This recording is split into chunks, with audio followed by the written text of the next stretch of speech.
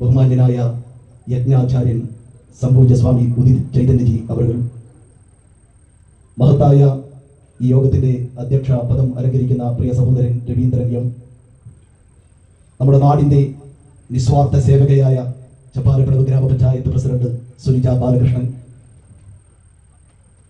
വിനയം ജീവിതത്തിന്റെ മുഖമുദ്രയാക്കിയ നമ്മുടെ നാടിന്റെ പ്രിയപ്പെട്ട ജനേട്ടൻ, നമ്മളെല്ലാവരും ഏറ്റവും വലിയൊരു സന്തോഷത്തിന്റെയും ആനന്ദത്തിന്റെയും അനുരാഗാത്മകമായ അതിഭാവുകത്തിലൂടെ കടന്നുപോയിക്കൊണ്ടിരിക്കുകയാണ്. ഒരു ക്ഷേത്രത്തിൽ നടക്കുന്ന ഒരു ആത്മീയ പ്രഭാഷണത്തെ ഒരു നാടിന്റെ ഉത്സവമായിട്ട് മാറാൻ ഈ നാടിലെ നിസ്വാർത്ഥരായ എല്ലാ ആളുകളും അതിനോട് ഐക്യദാർഢ്യം പ്രകടിപ്പിച്ചു എന്നുള്ളത് തന്നെ വർത്തമാന കാലഘട്ടത്തിൽ ഏറ്റവും കൂടുതൽ സന്തോഷമുണ്ടാക്കുന്ന ഒന്നാണ്.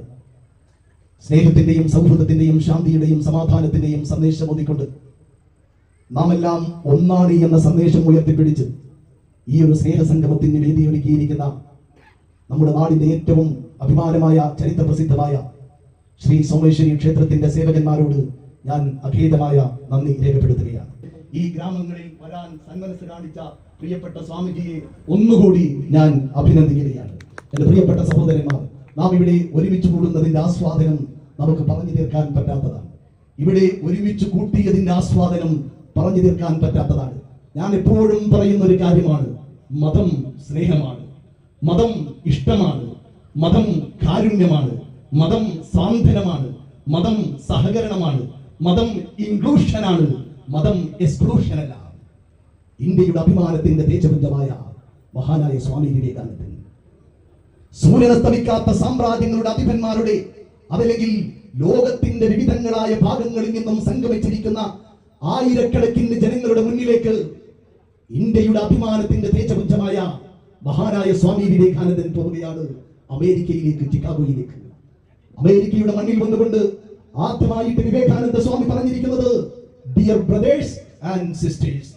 സാധാരണ ഇന്നും പാശ്ചാത്യ പൗരസ്ത്യ രാഷ്ട്രങ്ങൾ ഉപയോഗിക്കുന്ന പദമാണ് ലേഡീസ് ആൻഡ് ജെന്റിൽമെൻ. അവിടെയാണ് സാഹോദര്യത്തിന്റെ ഉദാത്തമായിട്ടുള്ള സന്ദേശം ഉയർത്തിപ്പിടിച്ചുകൊണ്ട് ആയിരക്കണക്കിന് ആളുകളുടെ മനസ്സിൽ മാറ്റത്തിന്റെ മാറ്റം മുഴക്കിക്കൊണ്ട് ഇന്ത്യയുടെ അഭിമാനത്തിന്റെ തേജപുഞ്ചമായ മഹാനായ സ്വാമി വിവേകാനന്ദൻ അവിടുന്ന് പറയുന്നു, dear brothers and sisters and all other religions believers, I am proud to belong to a religion which has taught the world both tolerance and universal acceptance. We believe not only in universal toleration, but we accept to all religions as true. I am proud to belong to a nation which has sheltered the persecuted and the refugees of all religions and all nations of earth. എന്ത് സുന്ദരമായ വാക്കാണ്, എന്ത് പവിത്രമായ വാക്കാണ്. I am proud to belong to a religion. ഞാനൊരു മതവിശ്വാസിയായതിന്റെ പേരിൽ, ഞാനൊരു മതത്തിന്റെ ഭാഗമാണ് എന്നതിന്റെ പേരിൽ ഞാൻ അഭിമാനിക്കുകയാണ്. എന്താണ് എന്റെ മതത്തിന്റെ പ്രത്യേകത എന്നല്ലേ? which has taught the world both tolerance and universal acceptance. സാർവത്രികതയും സഹിഷ്ണുതയും ഉൾക്കൊള്ളുന്ന ഒരു മതത്തിന്റെ ഭാഗമാണ് ഞാൻ എന്നതിന്റെ പേരിൽ ഞാൻ അഭിമാനിക്കുകയാണ്. വിവേകാനന്ദ സ്വാമി പറയുന്നത് we believe not only in universal toleration. സാർവത്രികതയും സഹിഷ്ണുതയും മാത്രമല്ല ഞങ്ങൾ ഉൾക്കൊള്ളുന്നത്, but we accept all religions as true. എല്ലാ മതങ്ങളിലും സത്യമുണ്ട് എന്ന് ഞങ്ങൾ അംഗീകരിക്കുന്നു. എല്ലാ മതത്തിന്റെയും സത്യങ്ങളെ ഞാൻ അംഗീകരിക്കുന്നു. വിവേകാനന്ദ സ്വാമി വീണ്ടും പറഞ്ഞു, I am proud to belong to a nation. ഞാനൊരു രാജ്യക്കാരനാണെന്നതിന്റെ പേരിൽ, ഞാനൊരു ഭാരതീയനാണെന്നതിന്റെ പേരിൽ ഞാൻ അഭിമാനിക്കുകയാണ്. എന്താണ് എന്റെ നാടിന്റെ പ്രത്യേകത എന്നല്ലേ? എല്ലാ മർദ്ദിതരെയും, എല്ലാ പീഡിതരെയും, എല്ലാ അടിച്ചമർത്തപ്പെട്ടവരെയും, എല്ലാ അവകാശങ്ങൾ ധ്വംസിക്കപ്പെട്ടവരുടെയും അഭയാർത്ഥികളായി ഞങ്ങൾ സ്വീകരിക്കുന്ന ഒരു നാടിന്റെ ഭാഗമാണ് എന്നതിന്റെ പേരിൽ ഞാൻ അഭിമാനിക്കുന്നു എന്ന് പറഞ്ഞ ഭാരതത്തിന്റെ അമൂല്യ രത്നമായ വിവേകാനന്ദ സ്വാമി നമുക്ക് മാതൃകയാണ്. നിങ്ങൾ പലരും അറിവുള്ളവരാണ് അല്ലെ? എന്റെ മുന്നിലിരിക്കുന്ന നിങ്ങളൊക്കെ അറിവുള്ളവരാണ്.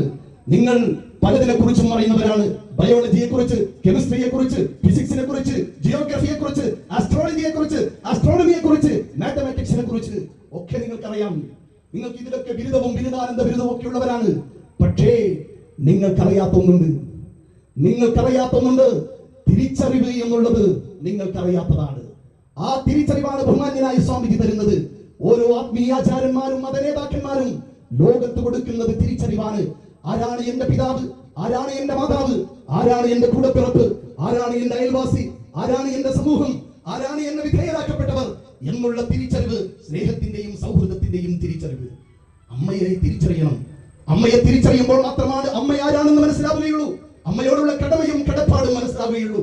അമ്മയെ എങ്ങനെ ആദരിക്കണം, അച്ഛനെ എങ്ങനെ ആദരിക്കണം, കുടുംബത്തെ എങ്ങനെ പരിഗണിക്കണം, ഈ തിരിച്ചറിവാണ് മഹാനായ ശ്രീ ശങ്കരാചാര്യൻ ഉണ്ടായിരിക്കുന്നത്. ഈ തിരിച്ചറിവിന്റെ സന്ദേശം കൊണ്ടാണ് സ്വാമി വിവേകാനന്ദൻ ലോകത്തെ വിപ്ലവങ്ങൾ സൃഷ്ടിച്ചിരിക്കുന്നത്. ഈ തിരിച്ചറിവാണ് നമുക്ക് മുന്നേ നടന്നുപോയിരിക്കുന്ന ആത്മീയാചാര്യന്മാർക്ക് ഉണ്ടായിരിക്കുന്നത്. ഞാൻ പറയുന്നു, ഞാൻ അതിഥിയായിട്ടല്ല ഇവിടെ വന്നിരിക്കുന്നത്, നിങ്ങളുടെ ക്ഷണിതാവായിട്ടല്ല ഞാൻ വന്നിരിക്കുന്നത്. ഇതെന്റെ നാടാണ്.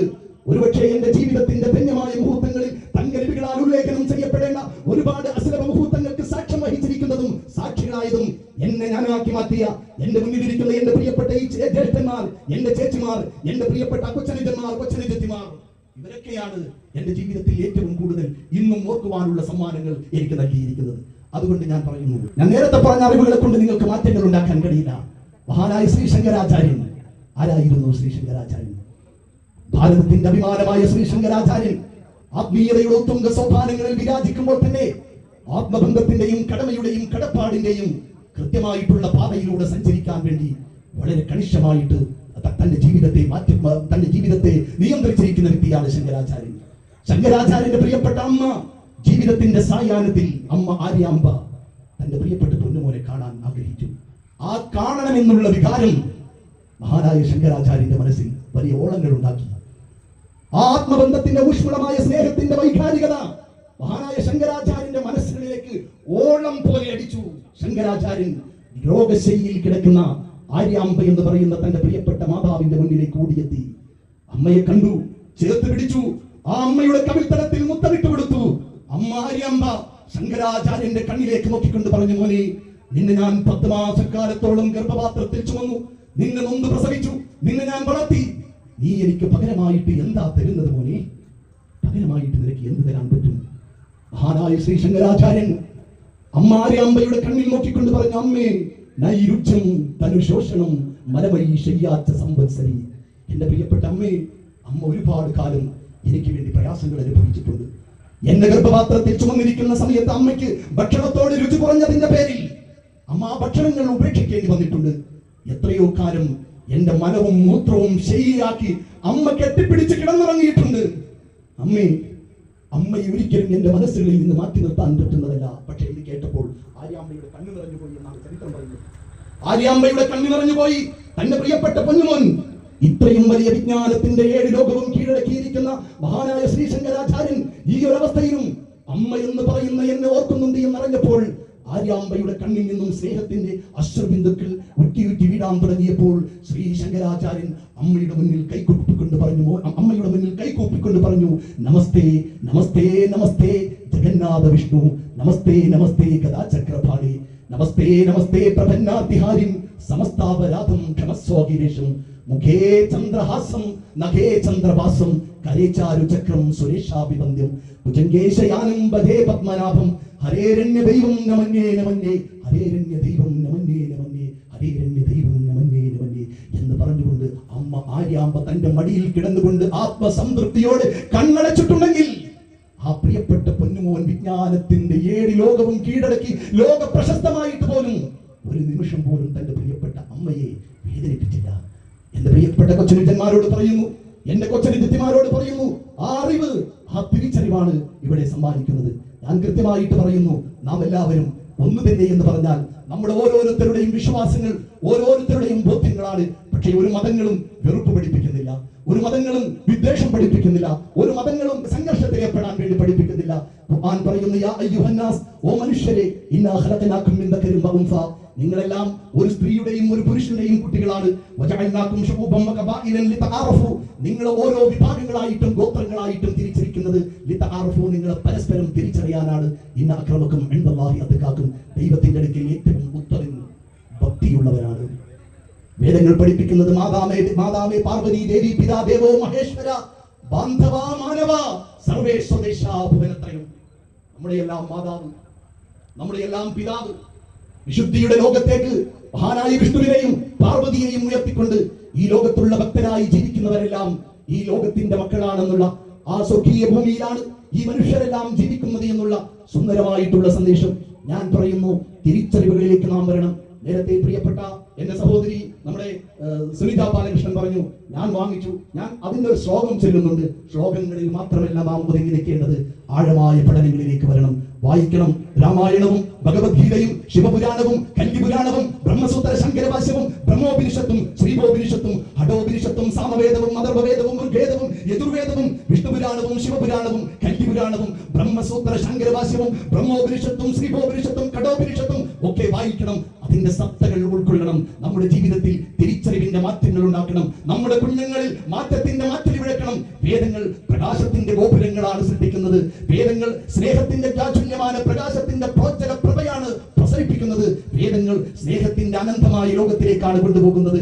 ഉപനിഷത്തുകളും പുരാണങ്ങളും സ്മൃതികളും കൃതികളും ഇതിഹാസങ്ങളും എല്ലാം മനുഷ്യന് നന്മയാണ് ഉണ്ടാക്കിക്കൊണ്ടിരിക്കുന്നത്. ഇത് കുറയുമ്പോഴാണ് ഭൗതികത കീഴടക്കാനുള്ള നമ്മുടെ ഓട്ടത്തിനിടയിൽ ആത്മീയമായിട്ടുള്ള അറിവുകളെയും വിജ്ഞാനങ്ങളെയും നാം മാറ്റിവെച്ചുകൊണ്ടിരിക്കുന്നു. ആ ഒരു ദുരവസ്ഥയിലേക്ക് തിരിച്ചറിയാതെ നാം ജീവിക്കണം.